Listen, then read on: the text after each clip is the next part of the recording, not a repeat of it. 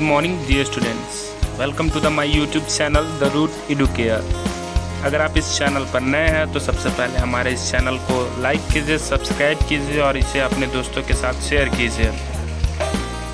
आपको इस चैनल पर प्रतिदिन क्लास 12 की वीडियो लेक्चर्स अवेलेबल की जाएंगी। आप इस चैनल को सब्सक्राइब करके प्रतिदिन क्लास 12 की वीडियो लेक्चर को पा सकते हैं। अतः हमारे इस चैनल को अधिक से अधिक लाइक कीजिए, सब्सक्राइब कीजिए एवं इसे अपने दोस्तों के बीच शेयर कीजिए।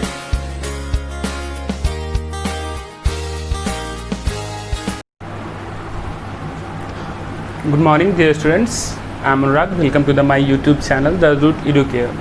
चलिए साथियों, हम अपने नेक्स्ट टॉपिक को शुरू करते हैं। साथियों, इससे पहले हम पढ़ रहे थे फास्फोरस के बारे में। आज हम पढ़ेंगे फास्फोरस के प्रमुख यौगिक। फास्फोरस के प्रमुख यौगिक। साथियों, ये बहुत ही इम्पोर्टेंट टॉपिक है हमारे बोर्ड एग्जामिनेशंस के लिए। चलिए, आज हम पढ़ने हैं फास्फोरस के प्रमुख यौगिकों के बारे में। और इसमें हम सबसे पहले हम किसके बारे में पढ़ेंगे? तो फास्फोरस के हैलाइड के बारे में पढ़ेंगे। किसके बारे में पढ़ेंगे? फास्फोरस के हैलाइड के बारे में। फास्फोरस के हैलाइड के बारे में पढ़ेंगे। साथियों, आपको पता होगा कि फास्फोरस मेनली दो प्रकार के हैलाइड बनाता है, एक PCl3 और दूसरा PCl5। तो सबसे पहले हम इसमें किसके बारे में पढ़ेंगे? PCl3 के बारे में पढ़ेंगे। किसके बारे में पढ़ेंगे? PCl3 के बारे में पढ़ेंगे। तो सबसे पहले हम पढ़ेंगे PCl3 के बारे में। तो सबसे पहले हम पढ़ेंगे कि इसको बनाया कैसे जाता है, इसका निर्माण प्रिपरेशन कैसे किया जाएगा, निर्माण कैसे किया जाएगा। तो याद रखेंगे साथियों, जब श्वेत फास्फोरस पर श्वेत फास्फोरस पर क्लोरीन गैस को आप क्या करोगे? प्रवाहित करोगे, तो आपका किसका निर्माण होगा? PCl3 का निर्माण होता है। किसका निर्माण होता है? PCl3 का निर्माण होता है। तो यहाँ पे आप बताओ कितने हो जाएंगे? अगर बैलेंसिंग की हम बात करें, 4p है तो यहाँ पे भी 4p लगाने होंगे। 12 मतलब ये आपका फॉर्मेशन का तरीका हो गया। निर्माण कैसे होगा कि तब तो श्वेत फास्फोरस पर क्लोरीन गैस प्रवाहित करोगे तो किसका निर्माण होगा? तो किसका निर्माण होता है? फास्फोरस ट्राइक्लोराइड का। इसी बात को इतना तक जल्दी से नोट कीजिए और फिर लिखेंगे। जल्दी से नोट कीजिएगा साथियों।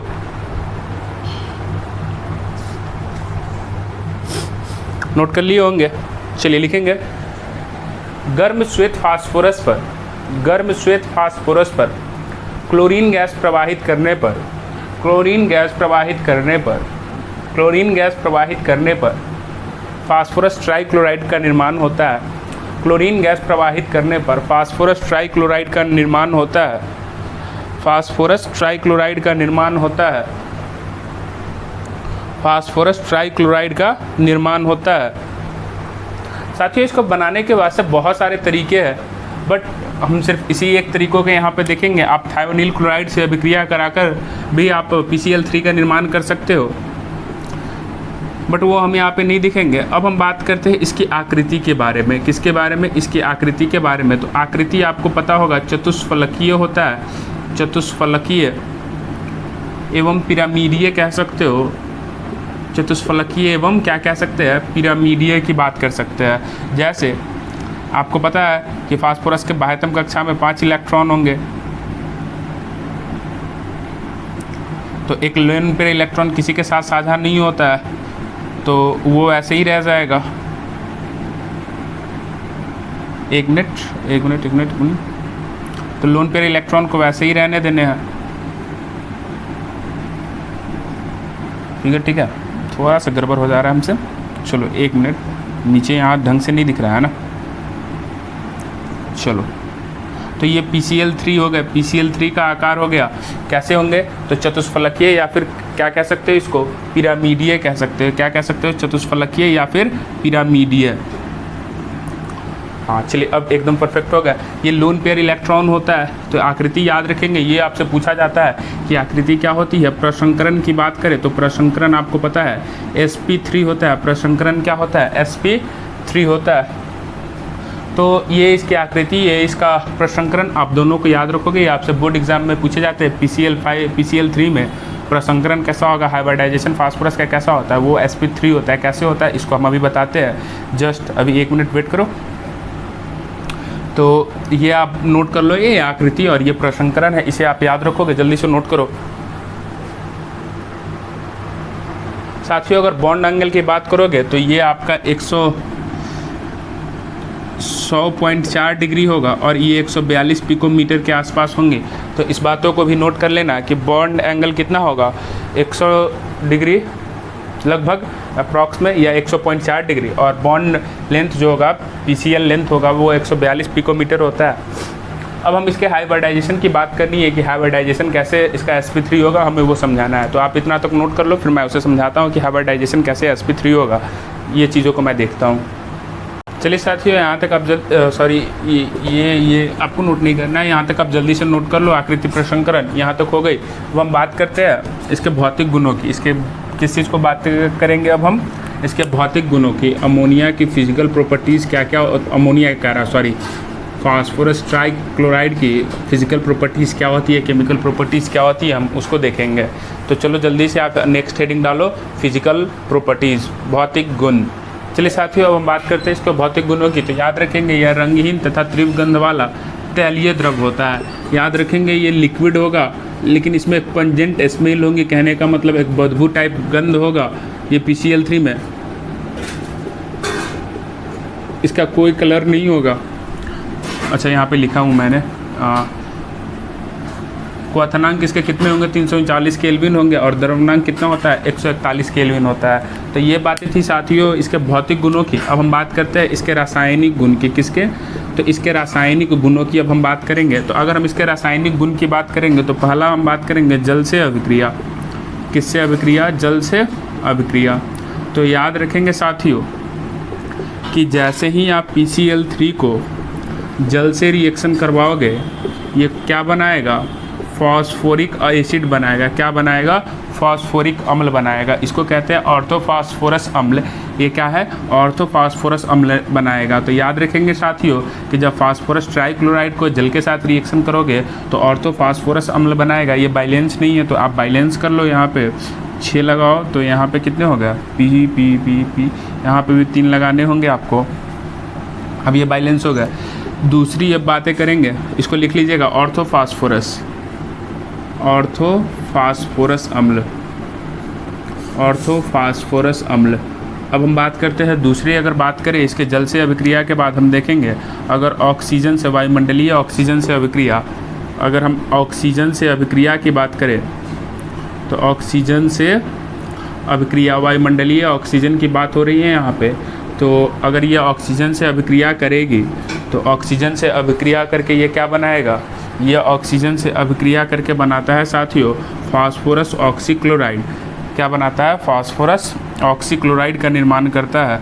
यहाँ पे 3, यहाँ पे 1 है, तो यहाँ पे अगर 2 लगाऊं तो ये 2 हो जाएंगे, 6 हो गए, ऑक्सीजन 2 हो गए। तो ये फास्फोरस ऑक्सीक्लोराइड का निर्माण करता है। किसके साथ रिएक्शन करके साथियों, अगर ये वायुमंडलीय ऑक्सीजन के साथ बात करें तो ये फास्फोरस ऑक्सीक्लोराइड का निर्माण करता है। तो इसे आप जल्दी से नोट कर लीजिए, ये दोनों इंपॉर्टेंट रिएक्शंस है PCl3 के। इसका स्क्रीनशॉट ले लीजिए कि हम रासायनिक गुणों की बात कर रहे थे। अब हमें पढ़ना है, ये समाप्त होता है, PCl3 समाप्त हो गए साथियों। अब हम आगे बात करते हैं PCl5 का। आगे किसकी बातें करेंगे, PCl5 की। तो PCl3 के बारे में हमने पढ़ा, अब हम किसके बारे में, PCl5 के बारे में। तो निर्माण की बात करें तो फिर से वही बात कि अगर फास्फोरस पर एक्सेस अमाउंट में क्लोरीन, अगर श्वेत फास्फोरस बहुत ही अधिक मात्रा में हम क्लोरीन गैस प्रवाहित करें तो ये किसका निर्माण करेगा, तो ये किसका निर्माण करता है, तो ये फास्फोरस पेंटाक्लोराइड का निर्माण करता है। तो इसको कैसे लिखेंगे, लिखेगा लैंग्वेज में, निर्माण में, कि श्वेत फास्फोरस, गर्म श्वेत फास्फोरस पर अमोनिया की अधिकतम मात्रा, गर्म श्वेत फास्फोरस पर क्लोरीन की अधिकतम मात्रा से अभिक्रिया कराकर फास्फोरस पेंटाक्लोराइड बनाया जाता है। फास्फोरस पेंटाक्लोराइड बनाया जाता है। अगर आकृति की बात करें तो आकृति कैसे होंगे, आकृति की बात करें तो साथियों मैं यहाँ पे बनाता हूँ, आप देखो।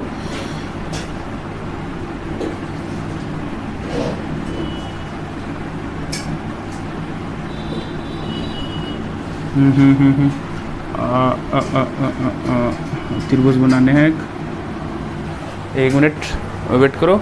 मैंने आई थिंक कुछ एरर नहीं है यहाँ से, ये CL, तो फिर इसको ऐसे, एक मिनट, ये इसके संरचना होंगे, तो इसी को मैं थोड़ा वे में बना लेता हूँ ढंग से। तो ये यहाँ से ऐसे, ये आपका ऐसे, ये ऐसे,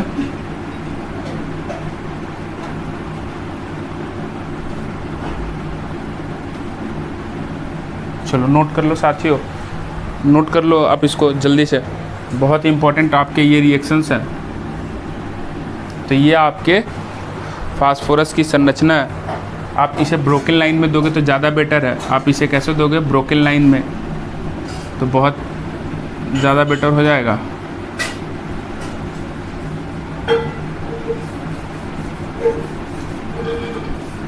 तो ये किसकी संरचना है? ये PCl5 की संरचना। और इसे आकृति को क्या कहते हैं?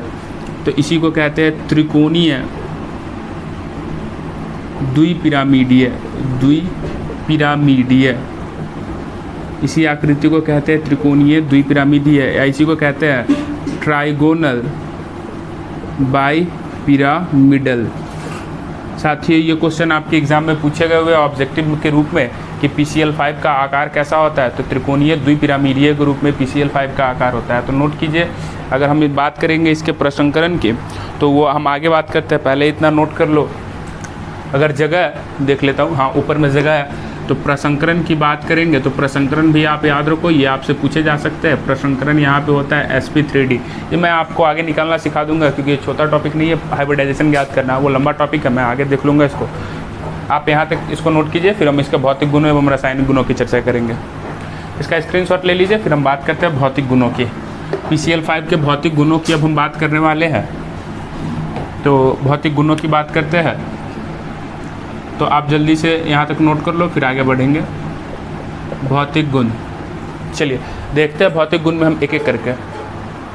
चलो साथियों यहाँ तक जल्दी से नोट कर लो। इसके भौतिक गुणों की बात करें तो याद रखेंगे ये ठोस पदार्थ होता है, कोई कलर नहीं होगा। और याद रखेंगे इसमें पंजेंट स्मेल होंगे। क्या होंगे? Pungent smell. द्रवनांक और क्वथनांक दोनों आप नोट कर लो। फिर अब हम बात करते हैं इसके केमिकल प्रॉपर्टीज़ की। इसे आप नोट कर लिए होंगे, स्क्रीनशॉट ले लीजिए। फिर हम बातें करेंगे इसके कौन से गुणों की, तो अब हम इसके बातें करेंगे रासायनिक गुणों की। कौन से गुणों की? रासायनिक गुणों की बातें करेंगे। तो अब हम आगे बातें करते हैं साथियों रासायनिक गुणों की। रासायनिक गुण साथियों, अगर इसमें हम बात करें पहला अस्थायित्व की, स्टेबिलिटी की, तो याद रखेंगे ये लेस स्टेबल होता है PCl3 से, और उष्मा पाकर ये विघटित हो जाता है किसमें? फास्फोरस ट्राइक्लोराइड में और HCl में। किसमें विघटित हो जाएगा?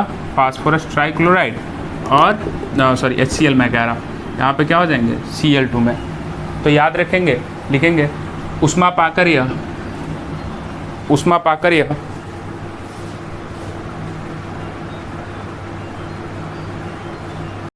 डिस्टर्ब हो गए थे कॉल आने से। अब हम बात करते हैं साथियों रासायनिक गुणों की। वो हम बात कर रहे हैं अस्थायित्व की। तो याद रखेंगे उष्मा पाकर PCl5 कैसे डिकम्पोज होता है, तो यह PCl3 और Cl2 में टूट जाता है। तो इसी बात को आप लिख लोगे कि उष्मा पाकर यह PCl3 एवं क्लोरीन गैस में टूट जाता है। PCl3 एवं क्लोरीन गैस में टूट जाता है। अब हम बात करेंगे साथियों जल से अभिक्रिया। तो PCl5 जब जल से रिएक्शन करेगा तो अभी जस्ट देखे थे PCl3 क्या बनाता है? POCl3, और साथ में ये HCl का निर्माण करेगा। ये एक स्टेप और बढ़ेगा, फिर ये POCl3 फिर जल से रिएक्शन करके आपका ऑर्थोफॉस्फोरिक अम्ल बनाएगा। क्या बनाएगा?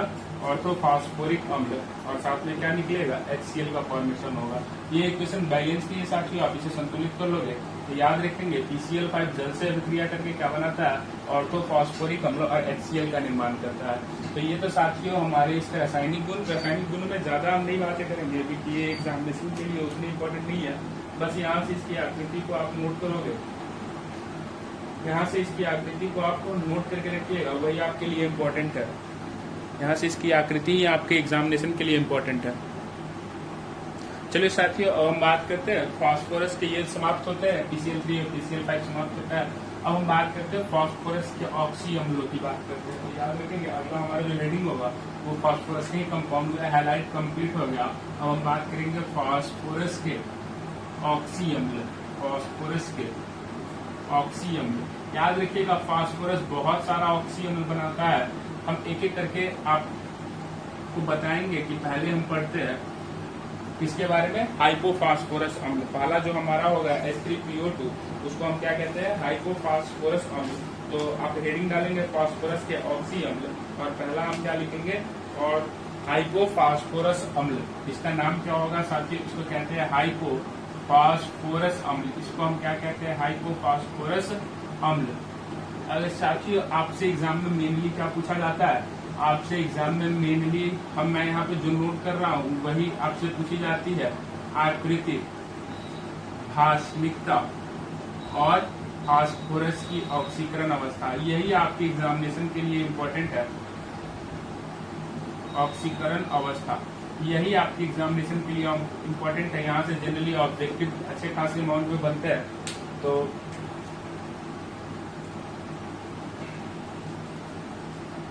ये चार बातें